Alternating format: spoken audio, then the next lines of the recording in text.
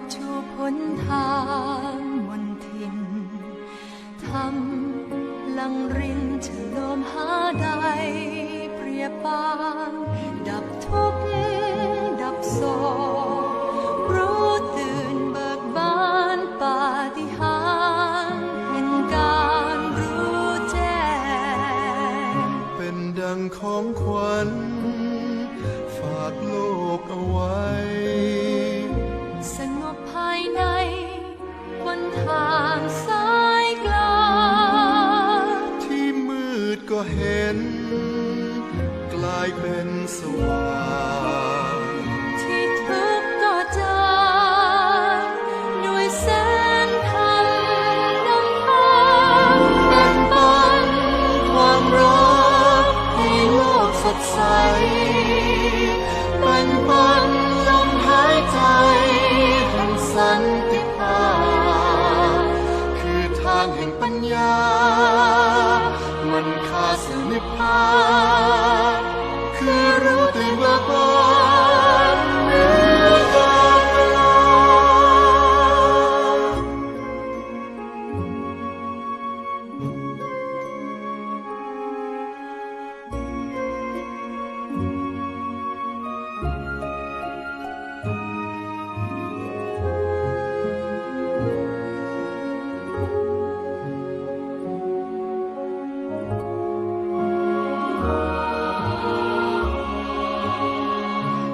ดังของขวัญ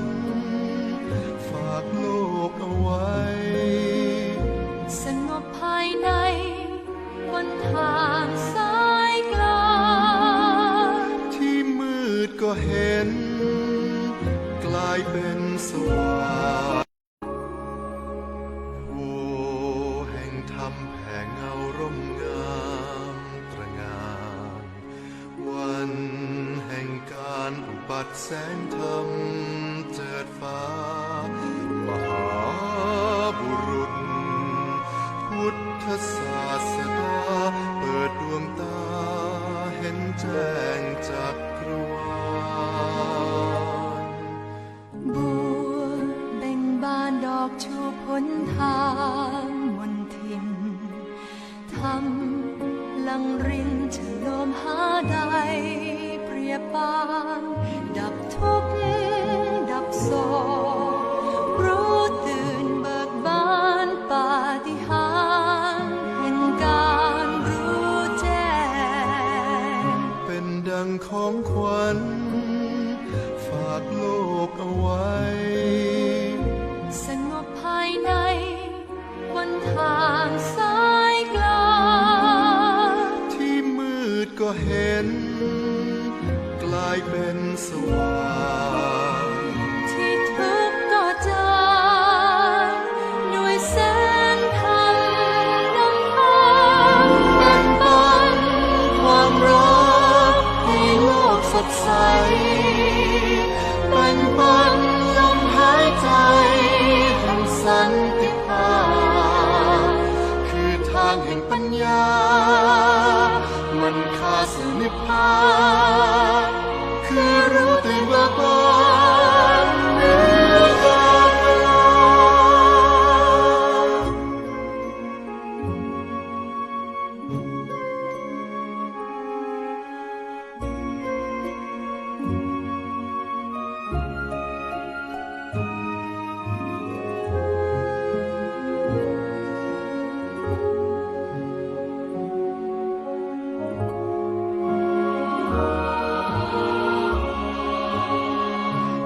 ดังของขวัญ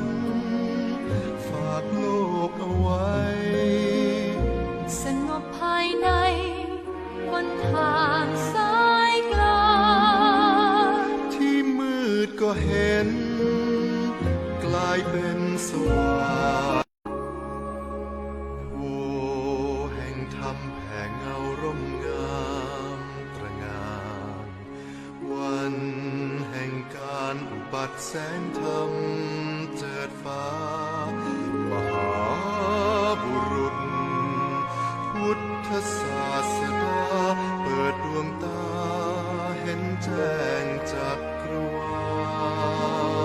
ลบัว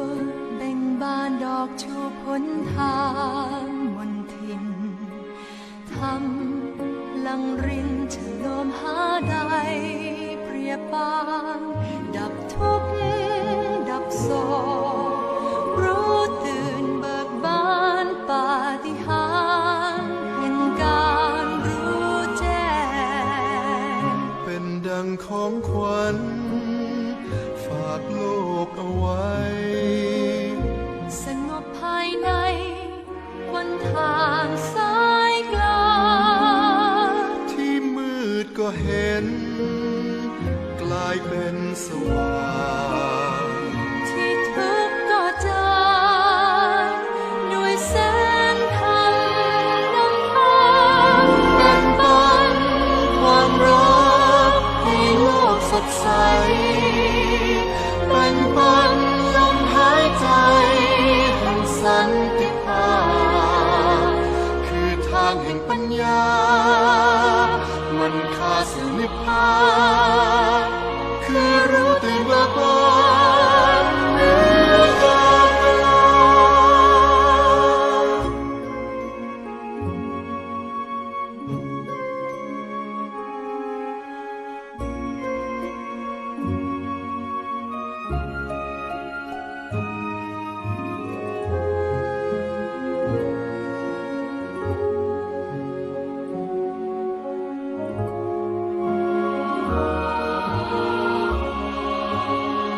เป็นดังของขวัญ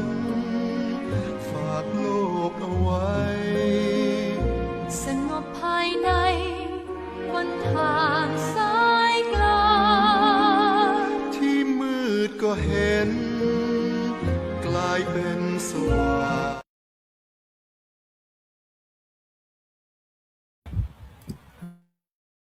ขอนอบน้อมพระรัตนตรัยถวายความเคารพพระเถรานุเถระทุกรูปแล้วก็เจริญพรญาติโยมท่านผู้ฟังค่ำคืนนี้รายการธรรมบทศึกษาทุกวันอังคารได้พบปะเราท่านทั้งหลายครั้งหนึ่งค่ำคืนนี้ก็เป็นค่ำคืนของเดือนมิถุนายนวันที่30ทุกวันอังคารค่ำคืนนี้จะได้มาเจอกับอาจารย์ทั้ง 2-3 ท่านด้วยกันนะมีอาจารย์ดร.วรกร ภูลสวัสดิ์อาจารย์ดร.วรรณาเป็นต้นนะก็มีอาจารย์ทันมังโมฐาน4ท่านด้วยกันถือว่าห่างหายกันไป2 อาทิตย์ประมาณอาจารย์วรกรเป็นไงบ้างช่วงนี้นมัสการพระอาจารย์ดร.วรรณาอาจารย์ทันนะท่านผู้ชมก็ช่วงนี้ก็เปิดเทอมแล้วก็สอนแล้วก็ปฏิบัติเยอะขึ้นนะนั่งสมาธิแล้วก็เข้ากลุ่มไลน์นั่งสมาธิวันพระก็เดือนสักอาทิตย์ก่อนโน้นมั้งก็นั่งสมาธินี่ก็คือเขาเรียกว่าอะไรล่ะมีผู้ปฏิบัติธรรมที่เราไปพบที่เขามีประสบการณ์นะมีอยู่คนหนึ่งเขาถูกหวยไม่ถูกหวยหรอกเขานั่งสมาธิแล้วเห็นหวยอะไรพวกนี้อันนี้ก็แปลกผมก็เลยไปค้นใน YouTube ดูว่าวิธีการนั่งให้เห็นหวยนี่มันทำยังไงนะเขาก็มีสูตรนะก็พยายามลองนั่งดูก็ยังไม่เห็นก็นั่งคิดเลยว่าถ้าเรามีเงินเท่าไหร่เราถึงจะพอคือตอนเป็นพระเนี่ยบวชตั้ง16 ปี16 พรรษาเนี่ยไม่มีเงินติดตัวอยู่ไม่กี่บาทติดตัวไปซื้อหนังสืออะไรพวกนี้ก็อยู่ได้นะพอมาเป็นฆราวาสแล้วเนี่ยโหเงินก็มีเยอะขึ้นแต่ว่ายังรู้สึกมันยังไม่พอไม่มั่นคงอะไรเงี้ยก็แปลกดีตอนเป็นพระเราไม่ต้องไปคิดเรื่องความมั่นคงนี่ถ้าเกษียณไปจะมีเงินพอเลี้ยงตัวเองหรือเปล่าอะไรพวกนี้เห็นว่าเราไม่มีลูกคนอื่นก็มีลูกอะไรลูกแกเลี้ยงอะไรพวกนี้นะมันก็คิดไปเรื่อยเปื่อยนะสุดท้ายก็คือไม่อยู่กับปัจจุบันเลื่อนลอยออกไปนอกตัวบางทีก็เหงายิ่งเย็นๆหนาวเนี่ยรู้สึกเหงาขึ้นมามันก็เห็นอารมณ์นะก็นั่นแหละได้ฝึกก็นั่งสมาธิเมื่อวานนั่งไป2-3 รอบวันซืนนั่งชั่วโมงหนึ่ง แล้วก็ลุกมาแล้วก็นั่งต่อ แต่ว่าสังเกตว่าถ้าเราเปิดนี่เปิดธรรมะฟังไม่ค่อยสงบ ก็เลยเดี๋ยวว่าจะต้องปิดธรรมะฟังแล้วก็นั่งสมาธิ ก็ไปเจอTikTokคนหนึ่งเขาพูดนะผมก็เลยต้องไปโต้แย้งก็บอกพระพุทธเจ้าไม่เคยสอนนั่งสมาธิ แล้วเขาก็มาแย้งผมอีกนะว่ามีไหมพระสาวกมีองค์ไหนที่ยกมาอย่างสักองค์ว่าที่นั่งสมาธิแล้วบรรลุธรรมไม่มี เขาก็คิดแปลกๆแต่อันนี้ผมเคยได้ยินอาจารย์สำนันแกพูดเหมือนกันว่าแกสังเกตว่าอ่านในพระไตรปิฎกก็ไม่ค่อยพบว่าพระอรหันต์นั่งสมาธิแล้วบรรลุอรหันต์มันก็จริงนะเพราะว่าเราว่ามันสมาธิมันทำให้จิตสงบ มันก็ไปถึงปัญญานั่นนะวิปัสสนาญาณก็โตเถียงแล้วก็สนุกดี เนี่ยประมาณนี้พระอาจารย์ อาจารย์วรรณามีอะไรเพิ่มเติมไหม ค่ะก็ขอกราบนมัสการพระอาจารย์วรากรอาจารย์ทันนะคะแล้วก็ท่านผู้ชมทุกท่านก็ได้รีแลกซ์ตนเองนะคะได้รีแลกซ์ตนเองโดยการไปร่วมกิจกรรมกับพระอาจารย์ที่วัดกลางสุพรรณมั้งค่ะท่านอาจารย์สมทบนะคะเวลาที่เราเปิดอย่างที่อาจารย์บอกจึงได้ทราบว่าท่านเนี่ยกำลังนำผ้าไปห่มที่องค์พระนะคะก็เป็นพลังศรัทธาเนาะศรัทธานี่เป็นสิ่งที่สำคัญมากเลยนะแต่ก็อีกเนี่ยผู้ที่จะนำศรัทธาเราได้ก็ต้องเป็นผู้ที่เราได้เห็นอยู่บ่อยๆได้ฟังธรรมอยู่บ่อยๆจนเกิดความรู้สึกว่าปัญญาเราเข้าไปเข้าใจตามที่ท่านอธิบายใจเราเบาขึ้นนะคะก็เลยได้ไปร่วมกิจกรรมพลังบุญอาจารย์ไม่ทราบมาจากไหนกันเยอะแยะไปหมดเลยนะคะญาติโยมใส่เสื้อขาวใส่ชุดขาวไปรวมกันแล้วเดินสวดอิติปิโสนะคะรอบองค์พระองค์ใหญ่เราก็ไม่ทราบเลยพอเดินอยู่ข้างบนนี่ไม่ทราบเลยว่ารอบนึงมันถึงตรงไหนแล้วนะคะเขาจบแล้วก็จบแหละนะคะก็เป็นสิ่งหนึ่งที่มองว่าพลังของบุคคลที่กำลังใฝ่ในธรรมเนี่ยตอนนี้มากนะจันยิ่งอาจารย์บอกว่าอยู่ใน TikTok ใน TikTok ก็เยอะมากมีการกล่าวธรรมมีการแสดงธรรมเอาพระสูตรมาอ่านเอาอภิธรรมมาพูดถึงสภาวะธรรมอะไรต่างๆมากมายแต่ก็เราต้องเลือกเนาะบางกลุ่มก็แสดงถึงอะไรอาจารย์เขาวันนี้ยิ่งฟังอะไรว่าเขาน่าบรรลุแล้วนะคะบรรลุแล้วเป็นอนาคามีแล้วด้วยนะคะเอาแล้วสิเราทำยังไงดีเขายิ่งกล่าวกันอยู่แล้วว่าถ้าใครได้ทำอริยบุคคลขั้นใดก็แล้วแต่ห้ามกล่าวห้ามประกาศนะคะอันนี้ไม่ใช่กล่าวอย่างเดียวนะคะไม่ใช่กล่าวแค่อนาคามีแล้วบรรลุเป็นพระอรหันต์อีกโอ้โหแต่เรารู้สึกเนาะคือก็ไม่เป็นไรนะคะเราผู้กำลังศึกษาอยู่ก็ต้องเห็นจริงนะคะต้องเห็นจริงว่าสิ่งเหล่านี้มันเกิดขึ้นตั้งแต่สมัยพุทธกาลก็มีแบบนี้อยู่แล้วนะคะก็แสดงให้เห็นว่าความเห็นผิดมันเกิดทุกขณะของบุคคลที่ยังไม่สามารถที่จะเห็นธรรมอันแท้จริงค่ะเดี๋ยวคงมีเรื่องอะไรดีๆอีกเจ้าค่ะพระอาจารย์อาจารย์ทันมีอะไรเพิ่มเติมไหมนมัสการพระอาจารย์ค่ะสวัสดีอาจารย์วรากรอาจารย์วรรณาแล้วก็สวัสดีผู้ชมทุกท่านที่อยู่ที่ทางบ้านนะคะก็วันนี้อาทิตย์นี้ที่ผ่านมาค่ะอย่างที่บอกว่าพอเหมือนประมาณช่วงเดือนที่แล้วค่ะที่เราคุยกันเรื่องสภาวะอารมณ์เนาะว่ามีความรู้สึกว่ามันเกิดอาการสภาวะของการเบื่อการอยากออกจากสังคมการอยากอยู่คนเดียวค่ะก็เลยทำให้ตัวเราเองค่ะพยายามที่จะหากระบวนการหาวิธีการที่จะทำยังไงให้รู้สึกว่ามันกลับมามีไฟมีพลังเหมือนเดิมก็ได้มีโอกาสไปลงคอร์สเรียนทั้งเรียนทำอาหารเรียนทำขนมแล้วก็ที่ผ่านมาก็คือเรียนทำเบเกอรี่แล้วก็เพิ่งจะได้ไปดูงานที่อยุธยามามันมีความรู้สึกว่า การที่เราได้สภาวะอารมณ์อะค่ะมันบางทีการที่แบบไม่ส่งจิตไปข้างนอกไม่ต้องแบบคุยกับใครเยอะอยู่กับสภาวะอารมณ์ที่มันอยู่กับสมาธิตรงข้างหน้าหรือการทำกิจกรรมที่เป็นแบบข้างหน้าจริงๆอะค่ะการไม่จับโทรศัพท์เนี่ยมันทำให้เรารู้สึกว่ามันดีขึ้นแล้วก็มันรู้สึกว่าเราสามารถ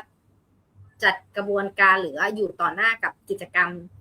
ที่ทำอย่างเบเกอรี่อย่างเงี้ยค่ะเราจะบอกว่าต้องเริ่มจากการช่างสูตรช่างขนมช่างแป้งช่างเนยน้ำตาลเกลือแล้วก็กว่าจะมาผสมกว่าจะมาตีขึ้นรูปกว่าจะทำให้เข้าเตาอบแต่ละขั้นตอนทาเนยใส่เครื่องอะไรเงี้ยค่ะพอมันเห็นถึงกระบวนการที่ความสำเร็จของอาหารหรือของเบเกอรี่ตรงหน้าอย่างเงี้ยค่ะมันทำให้เรารู้สึกว่าเราแบบเหมือนนิ่งได้หรือว่ามันมีพลังของความสุขเกิดขึ้นได้เห็นความสำเร็จที่มันเกิดขึ้นโดยที่ไม่ต้องจับมือถือเยอะหรือว่าอยู่กับกลุ่มเพื่อนหรืออยู่กับกลุ่มกิจกรรมตรงหน้าอย่างเงี้ยค่ะก็เป็นกระบวนการหนึ่งที่รู้สึกว่าบางครั้งมันจะเป็นสภาวะที่เราอาจจะหรือว่าช่วงนี้เราเป็นเขาเรียกนะคะวัยทองเกิดขึ้นหรืออะไรก็แล้วแต่ค่ะแต่มันก็ทำใ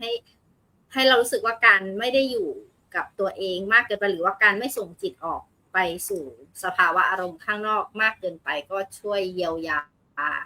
แล้วก็ให้เกิดความสุขได้แล้วก็ได้เห็น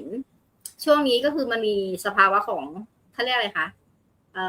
พายุใช่ไหมคะเมื่อประมาณสัก 3-4 วันก่อนที่กรุงเทพฝนตกหนักแต่ทางบ้านทางสมุทรปราการเองไม่ได้ตกหนักแต่ว่าเห็นถึงความน่ากลัวเห็นพลังของการที่เขาเรียกว่าอะไรคะธรรมชาติแปรปรวนเนาะมันทำให้เกิดทั้งฝนตกหนักแล้วก็สถานที่ที่ไม่เคยตกเช่นเพื่อนมาจากลาดกระบังเนี่ยค่ะโหน้ำท่วมแล้วก็เป็นแบบพายุมากๆเลยเป็นความน่ากลัวก็เป็นอีกอันหนึ่งที่มองว่าบางทีธรรมชาติก็อาจจะแบบว่าลงโทษหรือว่าการที่เราใช้ธรรมชาติผิดวิธีหรือใช้มันมากเกินไปเนี่ยมันก็ทำให้เช่นสมมติเราตัดไม้ทำลายป่ามากเกินไปเราก็เลยไม่มีต้นไม้สำหรับอุ้มน้ำสำหรับหรือการที่เราสร้างบ้านจัดสรรแล้วไปถมสมัยก่อนก็คือแถวสุวรรณภูมิมันก็จะเป็นพื้นที่รับน้ำโครงการที่พระเจ้าอยู่หัวให้เป็นแอ่งน้ำสำหรับรับน้ำสำหรับป้องกันการน้ำท่วมแต่ปัจจุบันคือมันกลายเป็นเขาเรียกอะไรคะบ้านจัดสรรกลายเป็นพื้นที่ที่ถูกถมไปทั้งหมดมันก็เลยเกิดภาวะแปรปรวนขึ้นมาอันนี้ก็เป็นสัจธรรมหรือเป็นวิธีคิดอีกอันหนึ่งที่เราก็แค่ได้มองไปตามสภาวะการมองไปตามเหตุการณ์แต่ว่าไม่สามารถที่จะแก้ไขหรือปรับปรุงหรือทำอะไรได้ก็แค่แบบว่าแบบมองน้อมความคิดหรือน้อมจิตไปตามนั้นแล้วก็มองอย่างแล้วก็ปล่อยวางอย่างเงี้ยค่ะมันก็เหมือนเข้าใจธรรมชาติเข้าใจชีวิตมากขึ้นก็แค่นี้ก่อนค่ะขอบคุณค่ะครับก็ถือว่าวันนี้เราจะได้มาคุยกันต่อเนื่องอีกสัปดาห์หนึ่งก็เรื่องนางปริภาชิกาชื่อสุนทรีเรื่อง223ด้วยกันก็ถือว่าเรื่องนี้เป็นเรื่องหนึ่งที่น่าสนใจนะในมุมมองอาจารย์วรกรมองเรื่องนี้อย่างไรบ้างเรื่องนี้ก็เป็นเรื่องที่ถ้าเกิดปัจจุบันก็คล้ายๆนะคล้ายปัจจุบันเนี่ยเราก็จะพบว่ามีวัดต่างๆโดนจับโดนข้อหาต่างๆผมก็ตอนที่อยู่ที่นครตอนนั้นก็มีวัดหนึ่งพระก็โดนใส่ร้ายแบบนี้แหละใส่ร้าย ก็มีเป็นกระบวนการมาเช่าบ้านอยู่ข้างวัดก่อนเช่าบ้านแล้วก็ทำไปตีสนิทพระก็ไปวัดทุกวันไปสักพักก็จะแบล็กเมย์ทีนี้พระท่านไม่ได้ทำผิดอะไรบริสุทธิ์ก็รอดมาได้กระบวนการนี้ทั่วประเทศเลยนะมีทำเป็นแก๊งก็เนี่ยอย่างที่ศรีกาอะไรนะ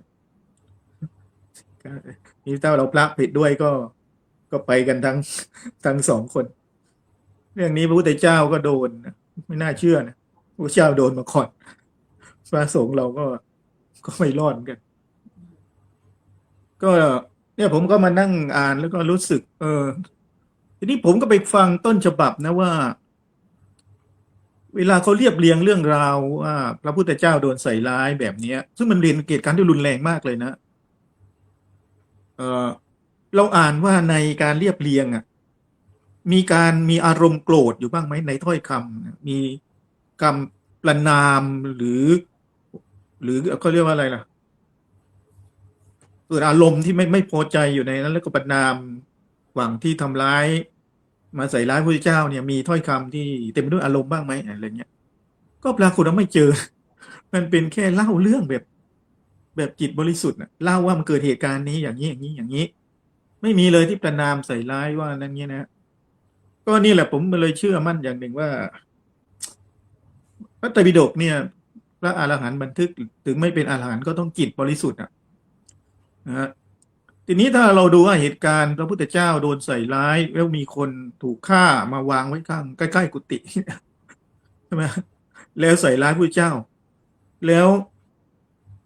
เขาทำเป็นกระบวนการเดี๋ยวอาจารย์วรรณาหรืออาจารย์ทันเล่าก็ได้เรื่องเหตุการณ์นะแต่ว่าให้เราเห็นภาพว่ามันเหมือนเป็นข่าวใหญ่ไปทั่ว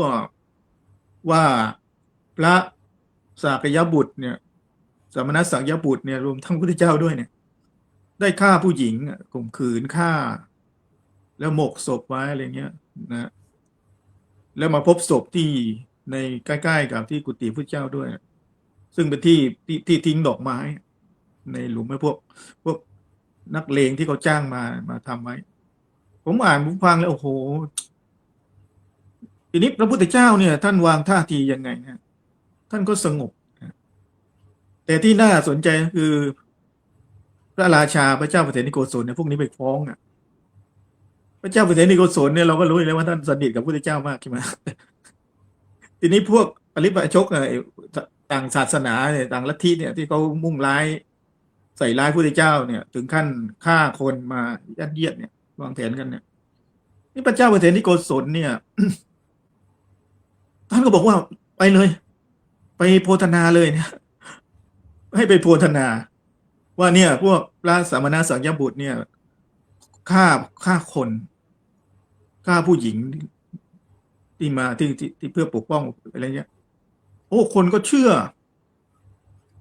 คนที่เชื่อทีนี้ที่ไม่เป็นอริยะแต่ไม่เชื่อ คือน่าแปลกก็คือว่าทำไมพระเจ้าเปรตโกศลเนี่ยท่านไม่ปกป้องพระพุทธเจ้าว่าไม่จริงเป็นไปไม่ได้หรอกอะไรเงี้ยนะใช่ไหมแต่ว่าท่านก็บอกว่าใช่เลยทั้งนั้นก็ไปหาศพให้เจอนี่ก็ไปพบศพไงไปหาศพไปพบศพแล้วแห่กันมาเลยเนี่ยแห่กันมาเนี่ยมาหาพระเจ้าเปรตโกศลเนี่ยนี่แบบพระเจ้าเปรตโกศลก็บอกว่างั้นงั้นถ้าเจอศพก็จริงเลยอันไปโพธนาเลยที่ก็ไปโพธนาก็เหมือนกับมีข่าวดังไปทั่วเหมือนประเทศไทยว่าไปจับพระเนี่ยวัดไร่ขิงอะไรเงี้ยเหมือนสมัยไปเป็นข่าวมันดังไปทั่วแล้วคนก็ด่าพระบิณฑบาตที่ไหนก็โดนด่าใช่ไหมไปอยู่ในป่ายังโดนด่าเลยพระเนี่ยทั้งหมดเลยพวกที่ไม่ใช่อริยะเนี่ย เชื่อกันหมดทีนี้เขาก็ไปถามพระพุทธเจ้าว่าทำไงเอาไงทีเนี้ยใช่ไหมพระพุทธเจ้าบอกว่าคนพูดโกหกก็ตกนรกคนทำแล้วไม่ยอมรับก็ตกนรกเนี่ย คือทำกรรมไว้ต้องได้รับผลนั้นถ้าเราบริสุทธิ์เราก็ไม่ต้องไปหวั่นไหวทีนี้แปลกนะพระเจ้าเสนโกศลก็บอกว่างั้นก็เรื่องนี้มันไม่น่าไว้วางใจไม่น่าจะจริงพระพุทธเจ้าไม่น่าจะทำพระสมณสักยบุตรไม่น่าจะทำชั่วโหดร้ายแบบนี้เพราะว่าเป็นผู้มีศีลปฏิบัติดีปฏิบัติชอบก็ให้สายลับเนี่ยไปสืบนะไปสืบปรากฏว่าไอ้นักเลงที่เขาจ้างมาเนี่ยจ้างมาฆ่าเนี่ยมันเป็นนักเลงขี้เมาพอได้รางวัลไปแล้วเนี่ยมันไปเมากันพอเมาแล้วเนี่ยคนเราพอเมาแล้วเนี่ยมันจะพูดความจริงกับมันก็ด่ากันเองทะเลาะกันเองว่ากูฆ่าทีเดียวตบทีเดียวตายเลยอะไรไม่คือไปพูดว่าวิธีฆ่าไงดีสายสืบก็เลยรู้เลยนะก็ความลับก็แตกว่าพุทธเจ้าของพระสาวกก็ไม่ได้ทำจริงไม่ได้ท่านบริสุทธิ์ก็คืนความบริสุทธิ์ให้แล้วก็ลงโทษพวกนั้นที่ไปใส่ร้ายพระเจ้าเนี่ยทำกรรม อันนั้นคือพระพุทธเจ้านะท่านไม่ได้ทำแต่ว่าตอนนี้ในประเทศเราเนี่ย มันมีการใส่ร้ายกันทุกวันเนี่ยตอนนี้ผมเนี่ยไถไอ้โทรศัพท์ไปเนี่ย เจอแต่ข่าวพระ ตอนนี้ก็ไปจับแต่พระเนี่ย ไปจับเดี๋ยวติดยาเดี๋ยวทั้งวัดเดี๋ยวอย่างนู้นทุกวันเลยไอ้เนี่ยมันเหตุการณ์เดียวกันเลยเนี่ยก็คือ เราก็บอกไม่ถูกว่าผิดหรือถูกแต่มันเหมือนจะทำให้ความเสื่อมเสียเสื่อมศรัทธาเนี่ยมันเกิดกับชาวพุทธเป็นการบ่อนรากทำลายฐาน แล้วตอนนี้มันมีคนที่ผมไปดูใน TikTok หลายอันนะเขาบอกว่าเนี่ยเขาไม่นับถือศาสนาพุทธแล้วเนี่ยเหตุที่เขาออกจากศาสนาพุทธก็เขาไม่ศรัทธาพระแล้วเขาออกไปนับถือศาสนาอื่นที่ศาสนาอื่นก็เผยแพร่กันอย่างเต็มที่เลย ก็เหมือนกับเนี่ยพวกปริพาชกเนี่ย ก็เผยแพร่ใช่ไหมเมื่อก่อนเนี่ยพวกปริพาชกเนี่ยคนนับถือมากทีนี้พอคนมานับถือพระพุทธเจ้ามากเนี่ยลาภเขาเสื่อมเนี่ยเขาก็ได้เนาะเขาก็โกรธเขาก็โมโหก็อิจฉาก็ไปใส่ร้ายทีนี้ของเราเนี่ย ตอนนี้ก็โอ้เผยแพร่กันอย่างรุนแรงเลย แล้วก็ผมพยายามสังเกตนะโดยเฉพาะมี AI เนี่ยนะทำเป็น AI นะบางทีเนี่ยเขาทำเป็นพระเนี่ยไปบิณฑบาตแล้วไปตีอยู่หน้าประตูก็เห็นว่าในยูทูบในมันขึ้นมาเลย ไปตีไปตะโกนด่าใส่บาตรไว้ใส่บาตรไว้อย่างเงี้ยคือเดี๋ยวนี้มันแค่เอาเนี่ยใส่ผมอย่างนี้ผมนั่งเลยผมให้ AI มันแต่งทีเดียวผมเป็นพระเลยถ้าไม่เป็นหมาก็ได้หน้าเป็นหมาหน้าเป็นคนก็ได้ถ้าไม่เป็นพระก็ได้ทีนี้เราชาวพุทธเนี่ยไม่รู้เท่าทันไอ้สื่อแบบนี้การใส่ร้ายแบบนี้หรือการทำสร้างภาพให้เสื่อมเสียให้ศาสนาพุทธเสื่อมเสียให้พระสงฆ์เสื่อมเสียเพื่อที่จะให้เสื่อมศรัทธาแล้วก็จะได้กลับไปนับถือศาสนาอื่นก็เหมือนในพวกปริพาชกทำเนี่ยที่ไปใส่ร้ายพระพุทธเจ้าเนี่ยให้คนเสื่อมศรัทธาในพระพุทธเจ้าเนี่ยอันถ้าแผนก็สำเร็จเนี่ยมันจะเป็นยังไงถ้าไอ้พวกนักเลงนั้นไม่พูดก็เท่ากับพระพุทธเจ้าก็ทำจริงไงทั้งแต่ไม่ได้ทำก็เหมือนกับตอนนี้ที่มีข่าวหลายข่าวที่ยังไม่ได้แก้เยอะแยะเลยนะผมก็ไม่อยากจะใส่ร้ายแต่ว่าเนี่ยคือเป็นกระบวนการเดียวกันคล้ายกันหมดนั้นถ้าเราดูอดีตก็เห็นปัจจุบันเนี่ยเมื่อ 2,500 ปีที่แล้วทำกันยังไงมนุษย์ก็ยังทำกันอยู่แบบนั้นแล้วยุคนี้ทำได้ร้ายแรงกว่าเพราะมีสื่อที่พร้อมจะทำให้สมจริงมากขึ้นเนี่ยนี่ก็น่าเป็นห่วงนั้นเราชาวพุทธต้องพยายามมั่นคงในศรัทธาแล้วค่อยๆหาความจริงว่าความจริงมันคืออะไรนะเหมือนกับที่พระเจ้าประเสริฐโกศลท่านมั่นคงแล้วให้สายสืบให้ตำรวจไปสืบหาความจริงให้ได้แล้วสุดท้ายความจริงปรากฏพระพุทธเจ้าก็ไม่ได้ทำคนก็กลับมาศรัทธาพระพุทธเจ้าสมณะสักยบุตรมากกว่าเดิมอย่างเงี้ยนะประมาณนี้ว่าจะอาจารย์วรรณาอ่านเรื่องนี้แล้วเป็นไงบ้างมีอะไรเพิ่มเติมมองเรื่องของกลุ่มเดรัจฉีเนาะซึ่งเป็นกลุ่มที่ได้รับศีลคือเครื่องสักการะมาจนได้ใจนะคะพอช่วงหนึ่งตนเองเนี่ยหมดลาภสักการะสิ่งที่เคยได้แล้วไม่ได้เนี่ยคนเรามันมีความอิจฉาจันความอิจฉาเนี่ยมันเกิดขึ้นในมนุษย์เนี่ยนะคะมันเกิดแล้วมันทำลายตนเองทำลายสังคมทำลายชุมชนทำลายไปหมดนะคะแล้วมันก็เป็นวงกว้างไปเรื่อยๆมันเป็นลักษณะของจิตที่เป็นอกุศลนะชัดเจนเลยแล้วมันอยู่ในเราเรียกว่าจิตในเจตสิกนะคะที่เข้าไปประกอบในจิตเนี่ยตัวนี้คือตัวสำคัญมากๆเลยเกิดอารมณ์โทสะเกิดอิจฉาริษยาขึ้นมาทีนี้มนุษย์เราพอมันมีความอิจฉาริษยาขึ้นมาอาจารย์ในสังคมเราบ้านเมืองเราก็เหมือนกันนะใครที่กำลังจะก้าวขึ้นไปตามสเต็ปเนี่ยนะคะถ้าโดนนักอิจฉาริษยาขึ้นมาเมื่อไหร่นะคุณไม่สามารถจะไปต่อได้แล้วยิ่งโดยเฉพาะมันมีอำนาจอะไรบางสิ่งบางอย่างนะคะแต่ดีว่ากลุ่มเดรัจฉีนี่ไม่มีอำนาจทางการเงินมากมั้งคะนะคะเพราะถูกด้วยฤทธิ์ร้อนด้วยลาภสักการะไปแล้วนะคะเพราะฉะนั้นจะเห็นได้ว่าเมื่อจิตของบุคคลใดที่มี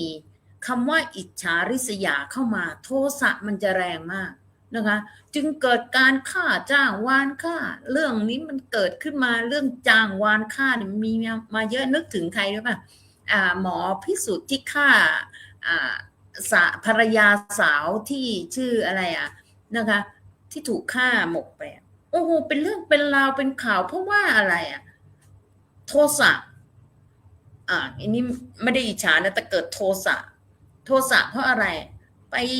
ขัดขวางความจะมีคู่ใหม่ของตนเองมันเกิดโทสะขึ้นมาแต่ตัวโทสะเนี่ยมันตัวรุนแรงอยู่แล้วแล้วก็พาลูกน้องก็คือพวกอิจฉาริษยาตามมาอีกนะคะเรื่องนี้ก็เ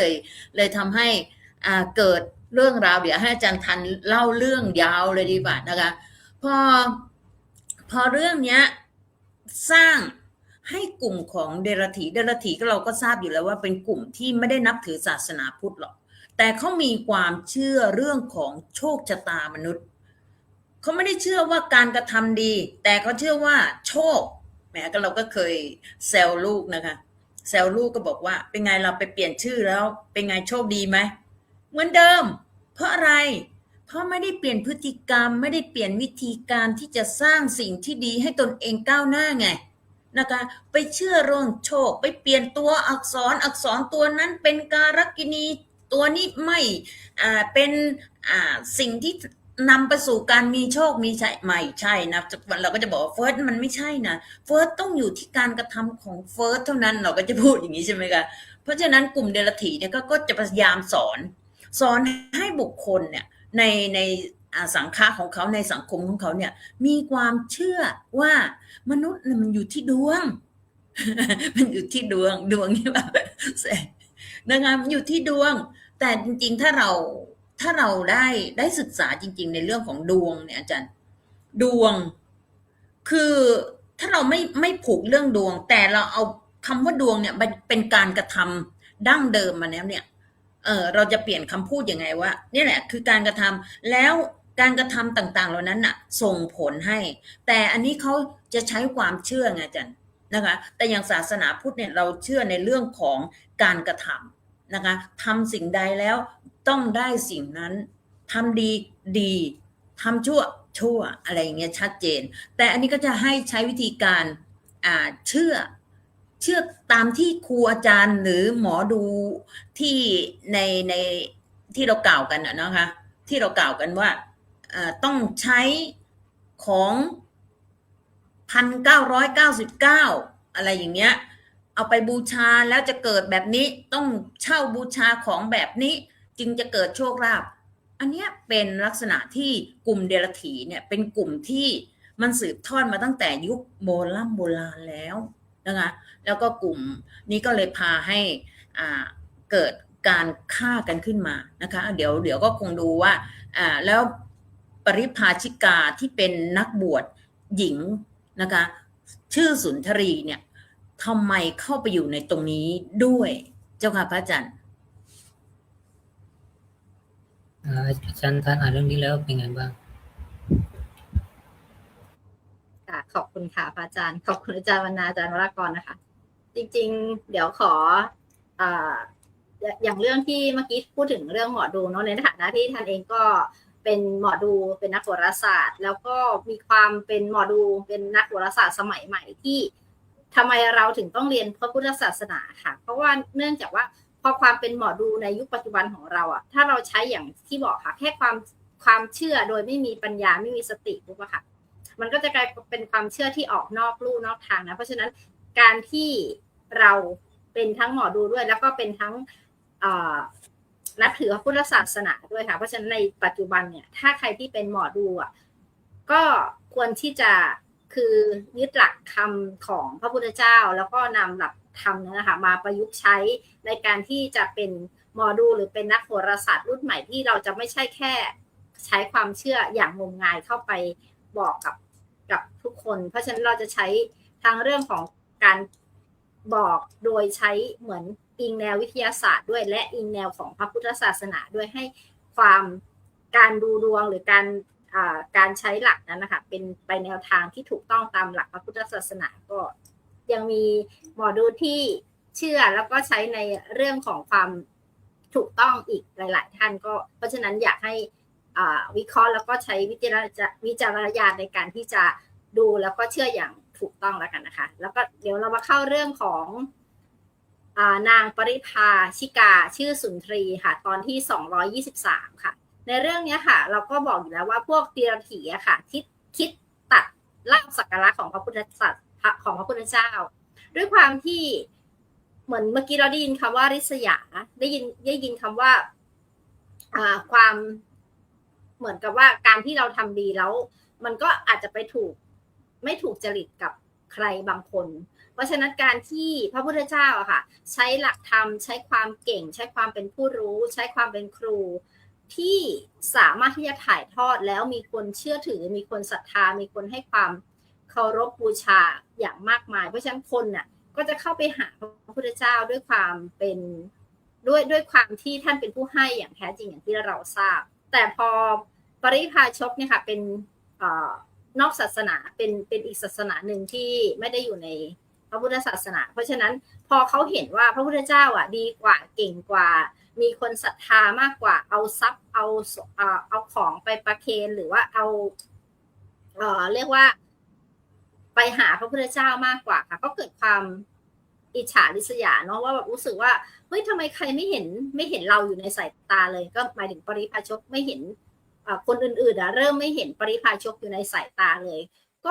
คุยกันว่าเราจะทำยังไงดีเนาะที่จะสามารถที่จะทำลายพระพุทธเจ้าได้หรือว่าไม่ให้มีคนเข้าไปสนใจวางแผนอย่างแยบยลโดยใช้อย่างที่บอกค่ะใช้ผู้หญิงใช้ความสวยของนางสุนทรีก็คือนางเนี่ยเป็นคนหนึ่งที่อยู่ในกลุ่มปริพาชกแต่ว่าเป็นผู้หญิงที่สวยมากหน้าตาดีก็บอกว่าแบบเนี่ยน้องหญิงคือแบบไม่มีใครสนใจเราเลยแล้วก็น้องหญิงก็ถามว่าเหมือนใครเป็นคนทำให้ท่านไม่สบายใจพวกปริพาชกเลยบอกว่าก็พระศาสดาพระพุทธเจ้าเนี่ยทำให้พวกเราเหมือนไม่ได้รับการยอมรับหรือว่าลดทอนการยอมรับไปเพราะฉะนั้นน่ะก็เลยเหมือนกับไม่รู้ว่าจะเป็นลักษณะของการหลอกหรือว่าการใช้จิตวิทยาในการที่จะให้นางสุนทรีนะคะเข้ามาร่วมมือด้วยเพราะฉะนั้นนางก็ใช้ความมีเสน่ห์ของนางค่ะแกล้งเรียกว่าเข้าไปในที่ประชุมในวัดอย่างเงี้ยค่ะน่าจะเป็นวัดที่สมัยก่อนก็คือเป็นพระเชตวันก็คือเข้าไปแล้วก็แบบเตรียมของหอมใส่ชุดสวยเตรียมของหอมอะไรก็คือเตรียมไปหมดเลยไปในน็อตกลางคืนแล้วก็แอบออกมาในแล้วก็ไปนอนบ้านเดรัจฉีเนี่ยค่ะแต่สุดท้ายแล้วพอตอนเช้าก็แอบเข้าไปใหม่อีกตอนเช้ามืดๆเลยแล้วก็ออกมาตอนเช้ามันก็ทำให้ชาวบ้านอ่ะเขาเห็นพอตอนเข้าไปก็เห็นก็ถามว่าไปไหนล่ะก็บอกว่าไปนอนเขาเรียกว่านอนเหมือนกับสถานที่เดียวกับพระพุทธเจ้าพอตอนเช้าออกมาก็บอกว่าก็ออกมาจากปฏิบัติพระพุทธเจ้าเสร็จแล้วก็ออกมาก็คือกลายเป็นความเรียกว่าทำให้ชาวบ้านจับเรียกว่านินทาคือเริ่มสังเกตเริ่มเห็นถึงความเปลี่ยนแปลงคือนางทำอย่างเงี้ยทุกๆวันจนกลายเป็นเหมือนว่าชาวบ้านก็เรียกว่าเหมือนเชื่อไปโดยปริยายเพราะว่าวิธีการขั้นตอนสถานการณ์เวลาเนี่ยมันดูเหมาะเจาะมากๆเลยในการที่จะแบบทำให้เห็นถึงสิ่งนั้นในเรียกว่าในวิธีการของพวกเดรัจฉีอะค่ะสุดท้ายแล้วเดรัจฉีก็ไม่ได้หยุดอยู่แค่นั้นในการที่จะทำลายชื่อเสียงพระพุทธเจ้าก็ยังที่จะ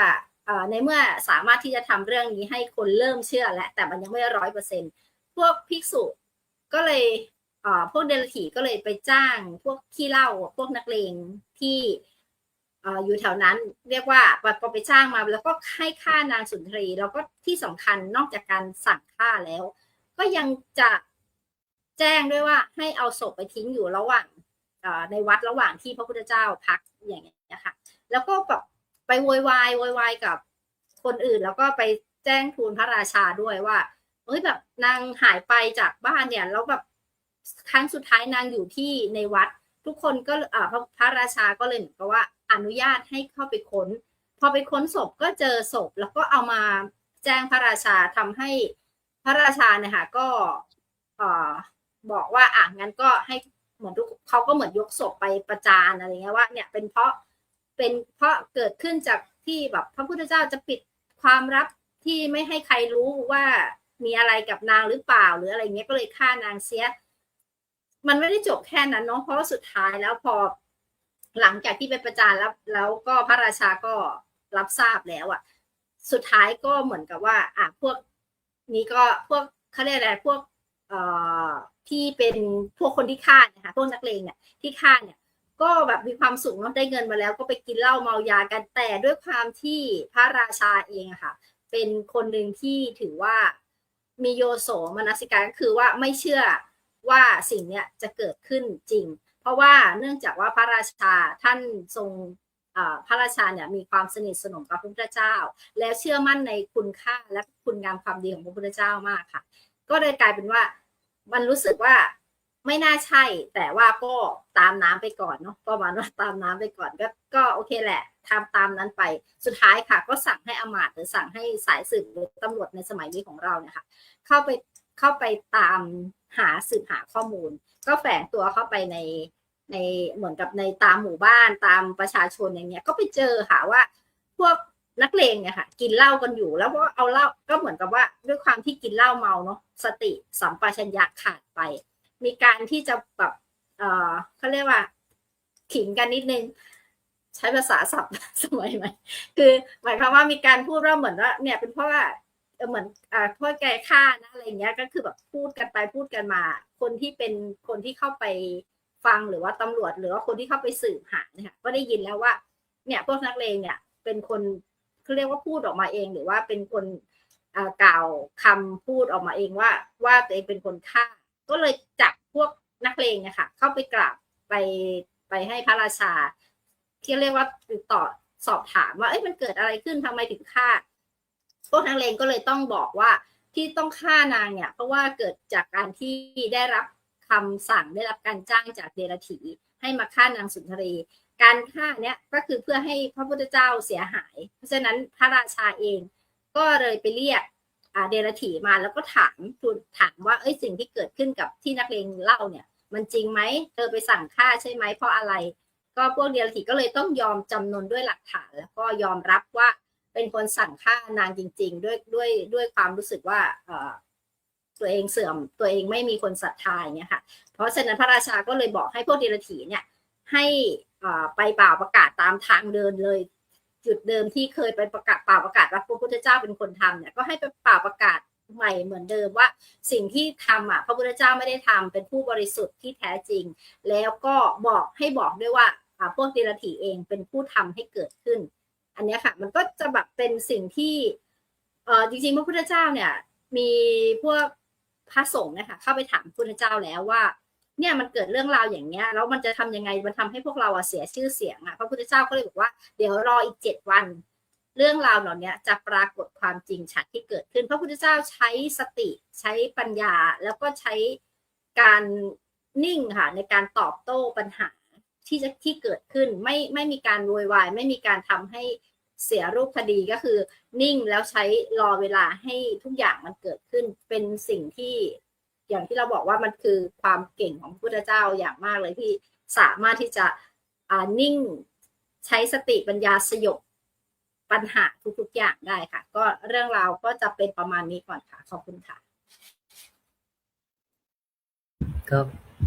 ก็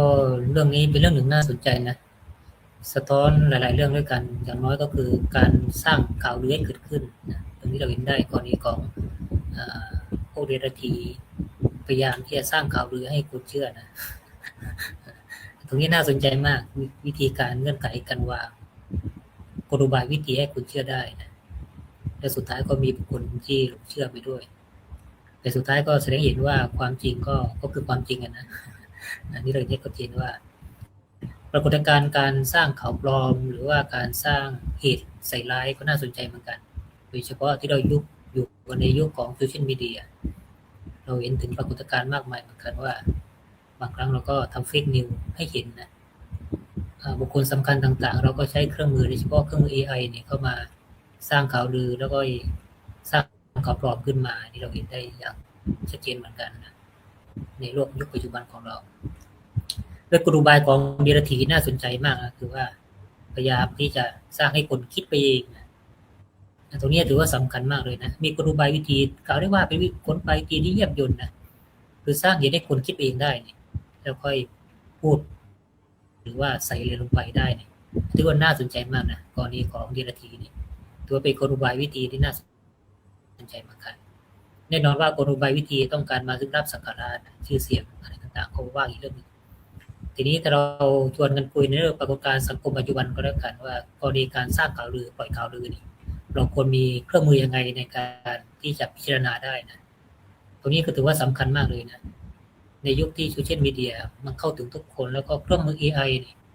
ระยะเวลามานัก 2-3 ปีนี้ก็ปฏิเสธไม่ได้นะว่าตัวเครื่องมือ AI ที่เข้ามานี่คงจะมีความสมจริงมากขึ้นไม่ว่าจะเสียงไม่ว่าจะรูปหรืออื่นเป็นต้นนี่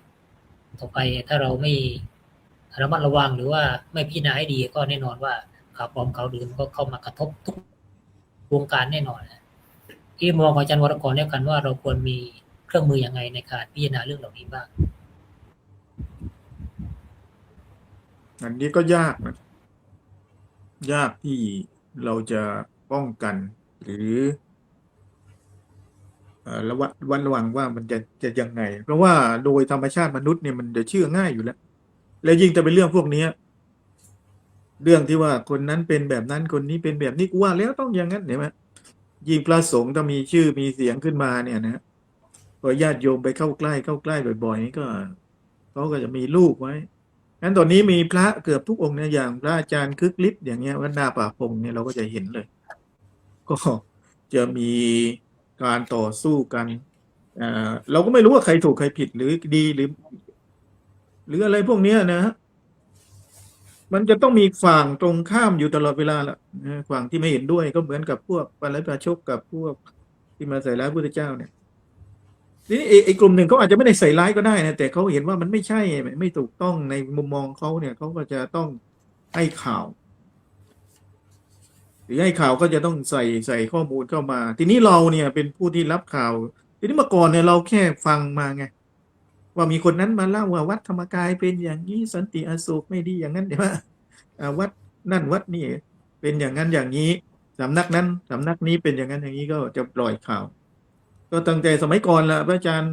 ตั้งแต่ผมเป็นเนนเล็กๆผมอ่านหนังสือพิมพ์ตั้งแต่พระพุทโธภาวนาใช่ไหมพระพุทโธพระนิกรพระยันตะแล้วก็พระอีกหลายรูปเนี่ยก็โดนหมดแล้วตอนนั้นแม้แต่ข่าวลือว่าแม้แต่หลวงพ่อปัญญานันทะก็จะโดนวัดที่วัดติกระบี่วัดอะไรนะหลวงพ่ออะไรนะจำเนียนอย่างเงี้ยนะก็มีข่าวว่าโดนหมดเพียงแต่บางท่านก็รอดบางท่านก็ไม่รอดทีนี้เราก็ไม่รู้ว่าท่านทำจริงทำไม่จริงไง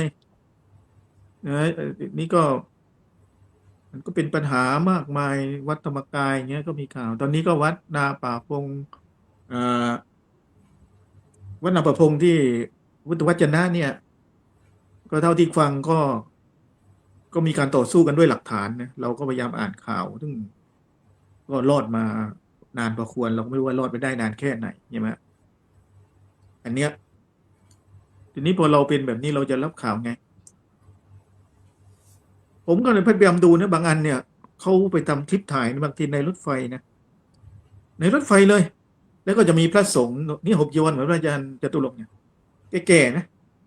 แล้วก็จะมีไอ้ต่างศาสนาเนี่ยเขาก็จะมาทำชวนคุยกับพระเนี่ยสักพักหนึ่งเขาพระเนี่ยกล่าวคำเปลี่ยนศาสนาตรงนั้นเลยแล้วก็ถ่ายคลิปมาอะไรเงี้ยนะคนถ่ายก็แต่เหมือนทำหนังแล้วก็ลง YouTube เผยแพร่เต็มเลยผมเห็นขึ้นมาโอ้แล้วทำไมถ้าจะให้เปลี่ยนศาสนาทำไมไม่ให้พระไปเปลี่ยนจีวรแล้วไปนุ่งเกงก่อนล่ะไปกล่าวแล้วทำเพื่ออะไรอย่างเงี้ยหลายครั้งเนี่ยนี่พอเราฟังแล้วเราก็มองด้วยใช้ปัญญาคิดว่าถ้าเราไปทำให้ศาสนาเช่นบาทหลวงหรือโต๊ะอิหม่ามเนี่ยมากล่าวใส่ชุดกะปิยะใส่ชุดบาทหลวงเลยแล้วก็ถ่ายรูปรับศีลมาเป็นชาวพุทธอย่างเงี้ยแล้วเราก็ทำ YouTube ส่งไปอย่างเงี้ยคนศาสนาอื่นเขาคิดยังไงเขาก็ต้องคิดว่าทำไมไม่เปลี่ยนชุดออกก่อนล่ะแล้วก็มาทุ่งชาวบ้านแล้วมารับล่ะอย่างเงี้ยคือถ้าเราไม่เอาศรัทธามาตั้งเนี่ยเราใช้สมองเนี่ยคิดด้วยสามัญสำนึกของเราเนี่ยว่าถ้าเป็นเราล่ะถ้าเป็นศาสนาเราล่ะ เราจะคิดยังไงแค่เนี้ย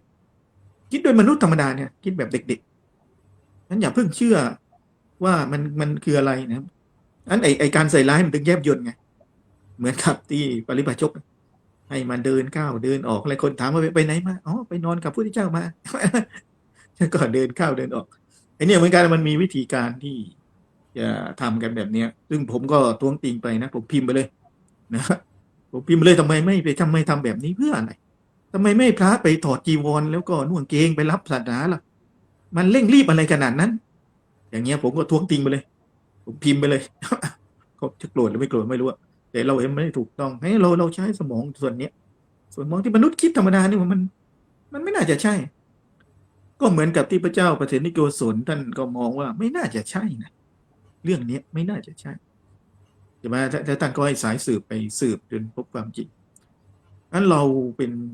ชาวพุทธเนี่ย เราไม่อย่าไปใส่ร้ายคนอื่นเราไม่ได้มุ่งที่จะให้ใครเปลี่ยนมานับถือศาสนาเราอยู่แล้วใช่ไหมนับถือหรือไม่นับถือเราก็ไม่ได้สนใจอยู่แล้ว แต่มันพยายามที่จะให้คนไปนับถือศาสนาอื่นโดยที่ไปทำร้ายศาสนาอื่นเนี่ยผมว่าไม่ควรทำซึ่งไม่ว่าศาสนาไหนแล้วผมคิดว่าพระเจ้าที่เขานับถือพระเจ้าเขาคงไม่เห็นด้วยในเรื่องนี้นะฮะหรือกรรมดีมันก็ต้องดีบริสุทธิ์อยู่แล้วถ้าไปทำผิดก็ต้องผิดที่พระเจ้าบอกอ่ะการพูดโกหกยังไงก็ตกนรกใช่ไหมทำแล้วไม่ยอมรับยังไงก็ตกนรกมันเป็นตัวการกระทำดังนั้นเนี่ยการกระทำของคุณเนี่ยมันไม่ได้บอกว่าใครสรรเสริญหรอกถ้าคุณทำผิดมันก็ผิดนะผมว่าความดีมันบริสุทธิ์ทุกศาสนาแหละถ้าทำผิดมันก็ต้องผิดอ่ะทำถูกก็ต้องถูกศาสนาต่างดังนั้นเราก็ยากนะเพราะยิ่งยุคนี้แล้วเนี่ยช่องทางมันเยอะเมื่อก่อนเนี่ยเราอ่านแค่หนังสือพิมพ์ไงอาจารย์หนังสือพิมพ์ไทยรัฐจะไม่สมัยก่อนนะข่าวสดที่หนังสือพิมพ์ที่ดังๆก็คือพวกเล่นข่าวพระนี่แหละไทยรัฐต่อมาข่าวสดใช่ไหมต่อมามีสำนักพิมพ์หนังสือพิมพ์อะไรต่างๆเราก็ไม่ได้ว่าเขาผิดเขาถูกแต่ว่าเมื่อก่อนต้องอ่านข่าวจากหนังสือพิมพ์ซึ่งมันจะล่าช้ามาต้อง2 วันนะอาจารย์อย่างผมอยู่สตูลเนี่ยวันหนังสือพิมพ์จากกรุงเทพจะไปถึงใช่ไหมผมก็ลุ้นว่าเป็นไงรออ่านเดี๋ยวนี้ไม่ต้องรอขึ้นเลยแป๊บเดียวเนี่ยมันถึงนาทีมันถึงวินาทีขึ้นไปแล้วที่ตอนนี้เนี่ยก็น่าเศร้าใจว่าคนก็ไม่ได้พูดว่าไม่ต้องนับถือพระแล้วนะตอนนี้บางอันเนี่ย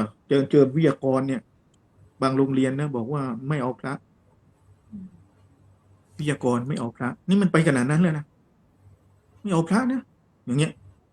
เอาโยมได้ไหมหาวิทยากรที่เป็นโยมเนี่ยโทรมาหาผมเนี่ยผมสะเทือนใจนะโอ้โหมันไปขนาดนี้นี่มันรุนแรงแล้วไอ้ทั้ง TikTok ทั้ง YouTube ทั้งเฟซทั้งไลน์ใช่ไหมมันขึ้นตลอดเวลานี่แล้วถ้าคนไหนไปกดอันไหนเนี่ยมันจะขึ้นแบบนั้นตลอดอย่างผมเนี่ยผมไม่กดศาสนาคริสต์ศาสนาอิสลามมันขึ้นเดี๋ยวคิดว่าอิสลามมันหน้าเฟซผมมันไลน์แล้วก็พอผมไปกดที่ข่าวพระไม่ดีมันจะขึ้นมาตลอดเวลาเลยเนี่ยเด็กมันก็ได้รับข้อมูลชาวบ้านก็ได้รับข้อมูลแต่พระไม่ดีครับแล้วตอนนี้เนี่ยก็แปลกใจเหมือนกันนะว่าตำรวจทำไมชอบไปเที่ยวจับในวัดแล้วก็จับว่าพระเสพยาสึกทั้งวัดทำไมไม่ไปให้เขาสึกก่อนแล้วก็ไปจับล่ะใช่ไหมแล้วคนก็ติดยากันทั้งเมืองเนี่ยไล่ฆ่าฟันพ่อฆ่าแม่เนี่ยแล้วก็มาบวชเนี่ยเราก็รู้อยู่ว่าเด็กคนพวกนี้มันมาบวชแล้วก็มาเสพยาแต่ทำไมไปจับให้เป็นข่าวอยู่ตลอดล่ะเงียบได้ไหมแล้วก็ไปบอกให้สึกก่อนแล้วก็จับอย่างเงี้ยได้ไหมอันนี้ก็น่าสงสัยน่าสนใจว่าเราต้องตั้งคำถามเหมือนกันนะไม่ได้บอกเขาผิดนะแต่ว่ามันทำไมต้องให้เป็นข่าวที่จะให้พระเสียหายอยู่ตลอดเวลาเนี่ยแล้วตอนนี้ก็เป็นว่ากระแสชาวพุทธเนี่ยก็เสื่อมทีนี้ศาสนาอื่นก็เผยแพร่ลุกมาตลอดเวลาก็เนี่ยแหละศาสนาพุทธก็เพราะว่าเราเป็นชาวพุทธ80-90%เนี่ยแล้วก็มีคนมาทำโฆษณาว่าวันนี้มีชาวพุทธเปลี่ยนเป็นนับถือศาสนาอื่นเท่านั้นก็เผยแพร่ได้เท่านั้นเท่านี้นี่ก็เสกโลโซเพิ่งออกจากคุกนี่ก็มีคนเริ่มไปโพสต์แล้วว่าเสกโลโซเหมือนจะเปลี่ยนเป็นนับถือศาสนาอื่นเล็กเนี่ยแต่ผมอ่านแล้วมันน่าไม่ใช่แต่เขาโพสต์เฟซมาแล้วอย่างเงี้ยคือมันมีการแข่งขันต่อสู้กันระหว่างศาสนาเนี่ยมากนั่นไม่ใช่แค่สมัยนี้ที่เราอ่านมาเนี่ยสมัยพุทธเจ้าก็โดนมาแล้วใช่ไหมนี่เราเป็นชาวพุทธเนี่ยเราจะต้องมีกำแพงว่ามันน่าจะไม่ใช่นะแล้วตอนนี้มันมีพวกนี้เองนะอาจารย์ ที่เขาไปจับอ่ะที่ปลอมบวชอ่ะปลอมบวชแล้วมันต้องมาทำเลอะเทอะนะแล้วก็ไปทำให้เป็นข่าวผมถามที่ว่า ถ้าผมจะทำถ้าพระอาจารย์จตุรงค์จะทำให้ดีเนี่ยพระอาจารย์จตุรงค์จะถ่ายรูปไปไหมถ่ายรูปไว้อัดคลิปไว้ไหมแต่ตอนเนี้ยคลิปพวกนั้นมันมาทั้งที่อยู่ในที่ลับอ่ะแต่ว่าภาพมันถ่ายมาจากไหนพระอาจารย์ถ้าไม่ถ่ายกันเองอ่ะแล้วมันไปเอามาจากไหนถึงมาลงใน YouTube ใน TikTok ในเฟซเนี่ยเป็นภาพที่ไม่น่าจะถ่ายคนทั่วไปอ่ะไม่มันต้องทำลับๆใช่ไหมล่ะเช่นพระฉันข้าวกันพระเล่นไพ่กันเนี่ยใครจะไปถ่ายรูปไว้มันต้องปกปิดอ่ะแต่นี่ถ่ายรูปไปทั้งนั้นเลยแล้วเอารูปมาลงเยอะเลยนี่มันมาได้ยังไงสมมติอาจารย์วรรณาอาจารย์ทันจะไปทำไม่ดีเนี่ยอาจารย์จะถ่ายรูปไว้แล้วแต่มันรูปพวกนั้นอ่ะที่พระทำไม่ดีมันออกมาไงมันออกมาได้ยังไงนี่แหละแล้วตอนนี้ก็มีใส่ชุดพระไปเต้นนะไปเต้นหน้าเวทีนะก็ทีนี้มันไม่ใช่ใส่ชุดพระสิมันไปใส่ชุดผู้หญิงมุสลิมเนี่ยใส่ชุดผู้หญิงมุสลิมไปเต้นใช่ไหมไปเต้นแล้วตลกกำโปรงขึ้นมาเห็นตูดเห็นก้นนี่ทำให้คนมุสลิมก็เสื่อมเสียปรากฏมาขอโทษบอกไม่ใช่มุสลิมเนี่ยชาวมุสลิมเขาก็โดนเหมือนกันไม่ใช่ว่าไม่โดนชาวคริสต์เขาก็โดนใส่ชุดไปเต้นใส่ชุดแม่ชีคริสต์ไปเต้นบาทหลวงไปเต้นอย่างเงี้ยตอนนี้ใส่ชุดเป็นพุทธเจ้าเลยนะที่เป็นหมวกแล้วก็ใส่ผ้าเป็นอีวรเลยแล้วไปเต้นแล้วทำไมไม่มีการไปจับเพราะมันผิดกฎหมายเนี่ยตอนนี้มันรุนแรงขนาดนั้นแล้วก็บอกเขามีเสรีภาพที่จะทำก็ได้อย่างเงี้ยแล้วเราจะพูดเราจะทำไงเราก็ไปว่าก็ไม่ได้ใช่ไหมงั้นเราก็ต้องมั่นคงว่าไอ้มันไม่น่าไว้วางใจเหมือนพระเจ้าประเสริฐโกศลนะไม่น่าไว้วางใจแล้วไอ้นี่น่าจะเป็นเอาไปเล่นหรือกระบวนการที่มันเลอะเทอะที่จะทำลายศรัทธามากกว่าหรือว่ามันเลอะเทอะของมันได้ก็เรียกได้ไปท้าทายระบบความเชื่ออะไรบางอย่างแล้วมันสะใจอะไรพวกนี้ก็ได้ทีนี้เราเป็นชาวพุทธเราก็ต้องรักษาศรัทธาว่ามันไม่น่าจะใช่นะไม่น่าจะใช่นะอาจจะพวกเล่นTikTokพวกเล่นเฟซพวกทำอะไรพวกนั้นมันทำขึ้นมาก็ได้อย่างเงี้ยจีวรมันหาง่ายนะเดี๋ยวนี้ไปเอาตรงไหนมาก็ได้ใช่ไหมมาทำงั้นชาวพุทธต้องมั่นใจมั่นคงในพระรัตนตรัยอย่าไปเที่ยวพูดว่าพระสงฆ์ไม่ต้องนับถือแล้วเอาแต่พระพุทธพระธรรมพออย่างเงี้ยอันนี้ไม่ถูกต้องพระพุทธไม่ใช่ตัวบุคคลแบบพระสงฆ์ไม่ใช่ตัวบุคคลเนี่ยประมาณนี้พระอาจารย์อาจารย์ทันมีอะไรเพิ่มเติมไหมอาจารย์วรรณาก่อนเลยกันค่ะเจ้าการพระอาจารย์ก็เห็นมุมมองที่ชัดเจนนะคะว่ามนุษย์เนี่ยพอได้ตนเองได้สภาพของความเป็นมนุษย์แล้วได้ดำรงชีวิตแล้วเนี่ยไม่เห็นโทษอ่ะไม่เห็นโทษของคำว่าไม่พูดความจริงถ้าก็เห็นโทษว่าการที่พูดไม่ตรงตามความเป็นจริงแล้วเนี่ยมันไปก่อให้เกิดไม่ว่าชีวิตในระหว่างที่ดำรงอยู่เนี่ยมันก็ไม่เป็นที่น่าเชื่อถือไม่เป็นที่ไว้วางใจแล้วถ้าเราเชื่อในเรื่องของชีวิตหลังความตายนะคะในเรื่องนี้ก็กล่าวไว้แล้วว่าถ้ากล่าวคำไม่จริงก็ตกนรกเห็นไหมคะเพราะฉะนั้นเขาไม่รู้โทษที่แท้จริงของคำกล่าวคำเท็จนะคะเหมือนอย่างเราพอยิ่งได้ศึกษามากยิ่งขึ้นแม้ว่าเราจะกล่าวบิดไปจากเส้นทางสมมุติว่านัดพรุ่งนี้เราไปไม่ได้ด้วยเหตุอย่างนั้นอย่างนี้แต่เราจะแก้ตัวอย่างไงเห็นไหมเริ่มแก้ตัวแล้วแก้ตัวอย่างไรว่าไปไม่ได้ทั้งที่เราก็ไปไม่ได้จริงๆแต่เรานัดไว้แล้วแต่เราจะพูดอย่างไรที่ไม่ให้คำพูดอันเนี้ยมาก็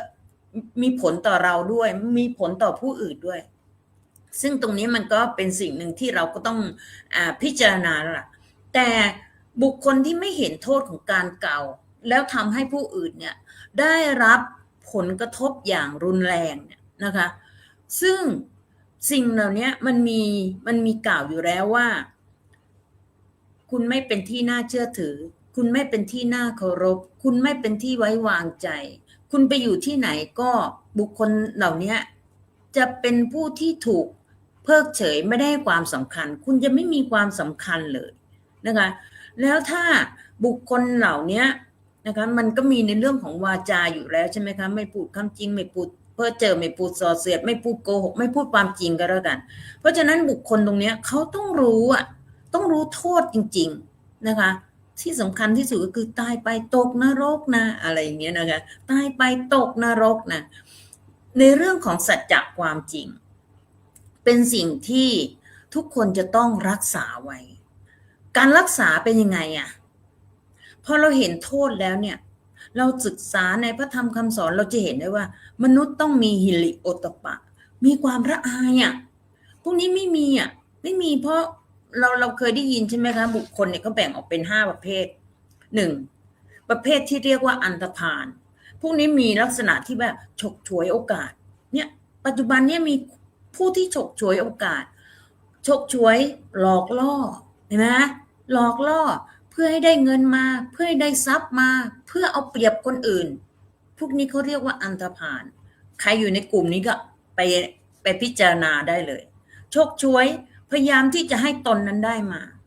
กลุ่มที่2ก็เรียกว่ากลุ่มที่เรียกว่าปุถุชนพวกนี้พยายามที่จะเหมือนบุคคลทั่วๆไปอาจารย์แสวงหาความสุขพวกนี้ยังไว้ใจไม่ได้นะไว้ใจไม่ได้นะเพราะว่าแสวงหามาซึ่งความสุขของตนเองกอบโกยนะคะกอบโกยอย่างเดียวเพื่อที่จะให้ตนเองนั้นมีฐานะมีร่ำรวยมีนู่นนี่นั่นแต่เป็นลักษณะของการเอาเปรียบผู้อื่นมันก็ตกนรกนะอะไรอย่างเงี้ยใช่ไหมคะอาจารย์วนาก็จะพูดอย่างเงี้ยตกนรกนะถ้าไม่พูดความจริงบุคคลที่3ที่เกิดมาแล้วก็เรียกว่ากัลยาณชนพวกกัลยาณชนเนี่ยจะเป็นคนของสังคมอาจารย์นะคะแต่ว่าตรงนี้เราก็ไม่ทราบนะเป็นคนของสังคมนะคะเป็นคนที่ประพฤติปฏิบัติดีให้ทานให้อยู่ในหลักเกณฑ์นั่นแหละแต่ก็ยังไม่แน่ใจว่าจะพูดโกหกหรือเปล่า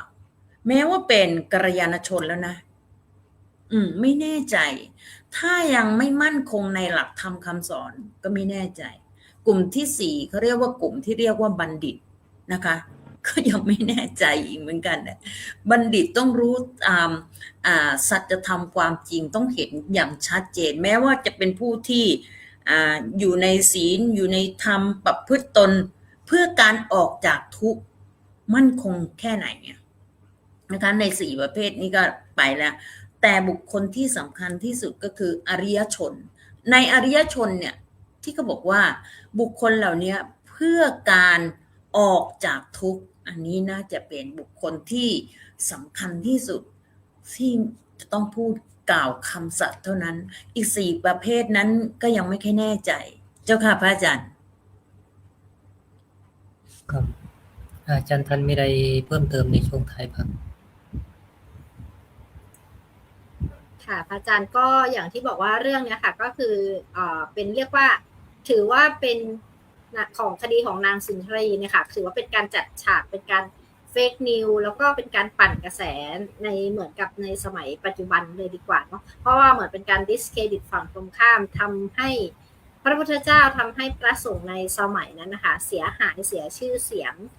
แล้วพอมันมีข่าวไปแล้วมันก็ทำให้อย่างชาวบ้านนะคะก็แบบรุมด่าทัวร์ลงเหมือนสมัยนี้เลยก็คือทำให้ผู้บริสุทธิ์นะคะเสียหายแต่ว่าสุดท้ายอย่างที่บอกว่าไม่เกิน7 วันความจริงก็ปรากฏด้วยหลักฐานด้วยความจริงเพราะฉะนั้นอยากให้ทุกคนนะคะได้มีสติได้มีเรียกว่าการที่จะดูไม่ใช่การที่จะดูข่าวหรือดูอะไรอย่างเงี้ยค่ะดูข่าวหรือดูอะไรก็ตามต่างๆค่ะอย่าเพิ่งรีบทัวร์ลงไม่ว่าจะเป็นข่าวด่วนข่าวเร็วข่าวอะไรก็ตามเนาะดราม่าใดๆก็ตามค่ะอย่าเพิ่งรีบไปคอมเมนต์อย่าเพิ่งรีบไปด่าทอหรืออย่าเพิ่งแบบไปเข้าฝ่ายใดฝ่ายหนึ่งเพราะว่าบางครั้งภาพที่เราเห็นหลักฐานที่เราได้ดูมันอาจจะเป็นฝั่งเดียวมันอาจจะยังไม่ได้มีอีกฝั่งหนึ่งเข้ามาให้ข้อมูลที่แท้จริงอย่างเงี้ยค่ะเพราะฉะนั้นระวังก็ให้มีสติมากๆนะคะแล้วก็ก่อนที่จะตัดสินใจค่ะเหมือนพระเจ้าประเสนที่โกศลนะคะท่านก็จะดูว่าหลักฐานพิสูจน์ได้จริงก่อนมันไม่ใช่แค่เชื่อคำกล่าวอ้างมา เพราะว่าด้วยความที่ท่านเองรู้จักกับพระพุทธเจ้าแล้วก็สนิทสนมท่านเลยไม่ได้เชื่อไป100%แต่ว่าด้วยหลักฐานทางวิทยาศาสตร์ที่มีศพนางสุนทรีอะไรก็ตามท่านก็ต้องเชื่อไปในระดับหนึ่งก่อนแต่ว่าสุดท้ายแล้วท่านก็สืบหาข่าวจนได้ข้อมูลที่แท้จริงเหมือนข่าวปัจจุบันค่ะอาจารย์วรากรอาจารย์วรรณาเราจะเห็นว่าอย่างเช่นรายการโหนกระแสค่ะมีเรื่องของน้องฟาริดากับน้องตินตินเนี่ย4 ตอนทีเดียวแล้วที่สำคัญมันมีทัวร์ลงทั้งฝ่ายหญิงทัวร์ลงทั้งฝ่ายชายเป็นจังหวะเนาะด้วยความที่ใครจะคิดว่าการที่มีเพศสัมพันธ์ครั้งเดียวจะสามารถทำให้ตั้งท้องได้อันนี้ก็เป็นประเด็นหนึ่งที่เกิดเขาเรียกอะไรคะเกิดความคิดเห็นแตกแยกแตกต่างเนาะแต่สุดท้ายแล้วค่ะพอมันเป็นการตรวจ DNA ใช้หลักทางวิทยาศาสตร์มาตรวจนะคะก็กลายเป็นว่าDNA นั้นกลายเป็นว่าเป็นของจริงก็คือสามารถที่จะตั้งท้องได้แล้วอันนี้เป็นข่าวที่ถือว่าคล้ายคลึงกับเรื่องในพุทธกาลมากก็คือการที่มีข่าวออกมาแล้วคนยังไม่ได้ฟังก็จะด่าซ้ายด่าผู้หญิงก่อนด่าผู้ชายก่อนสรุปสุดท้ายอันเนี้ยเวลาเขาฟ้องกลับก็ต้องระวังนิดนึงแล้วก็ความจริงอ่ะเขาบอกมันจะมีกำหนดเวลาเนาะต่อให้คุณจะโกหกคุณจะปั่นข่าวหรือคุณจะทำอย่างไรก็ตามเหมือนที่พระพุทธเจ้าบอกค่ะว่าเหตุการณ์เนี้ยยังไม่ต้องทำอะไรเลยมีสตินิ่งๆอยู่กับตัวเองแล้วเดี๋ยวความจริงจะปรากฏภายใน7 วันพอมันความจริงมันปรากฏอะค่ะทุกอย่างมันก็จะแบบว่าสงบอะไรนะความจริงก็สยบทุกสิ่งทุกอย่างได้เพราะฉะนั้นระวังมากๆเรื่องของการที่จะสร้างเรื่องการที่จะช่วยแชร์ข่าวปลอมออกไปค่ะคนที่ทำคนที่แชร์มันก็จะมีโดนอย่างปัจจุบันเนาะจะโดนข้อหาเรียกว่าโดนกฎหมายด้วยไม่ใช่เฉพาะคนที่เป็นต้นข่าวคนแชร์คนที่ก็กดไลค์กดแชร์หลายๆข่าวที่เราเห็นอยู่ในปัจจุบันค่ะเขาก็จะโดนฟ้องกันไปด้วยลบก็ไม่ทันนะคะในปัจจุบันเพราะฉะนั้นก่อนที่จะเขียนก่อนที่จะแชร์หรือก่อนที่อะไรค่ะพยายามแบบว่ามีสตินิดนึงเพราะฉะนั้นเป็นการป้องกันด้วยหลักธรรมทั้งสติของตัวเองหลักธรรมทั้งการที่จะบอกว่ามันคือความจริงหรือความเท็จหรือว่ากฎหมายที่จะเข้ามาในชีวิตประจำวันก็ฝากไว้แค่นี้ก่อนค่ะขอบคุณค่ะครับก็ค่ำคืนนี้ธรรมราตรีสวัสดิ์เจอกันใหม่สัปดาห์หน้าโอ้แห่งธรรมแผ่เงาร่มงามตระหง่านวันแห่งการอุบัติแสงธรรมเจิดฟ้ามหาบุรุษพุทธศาสดาเปิดดวงตาเห็นแจ้งจักรวาลบัวเบ่งบานดอกชูพ้นทางมนทินทำลังรินฉโลมหาใดเปรียบปานดับทุกข์ดับโศกรู้ตื่นเบิกบานปาฏิหาริย์แห่งการรู้แจ้งเป็นดังของขวัญฝากโลกเอาไว้สงบภายในบนทางสายกลางที่มืดก็เห็นกลายเป็นสว่างที่ทุกข์ก็จางด้วยแสงธรรมนำพาแบ่งปันความรักให้โลกสดใสแบ่งปัน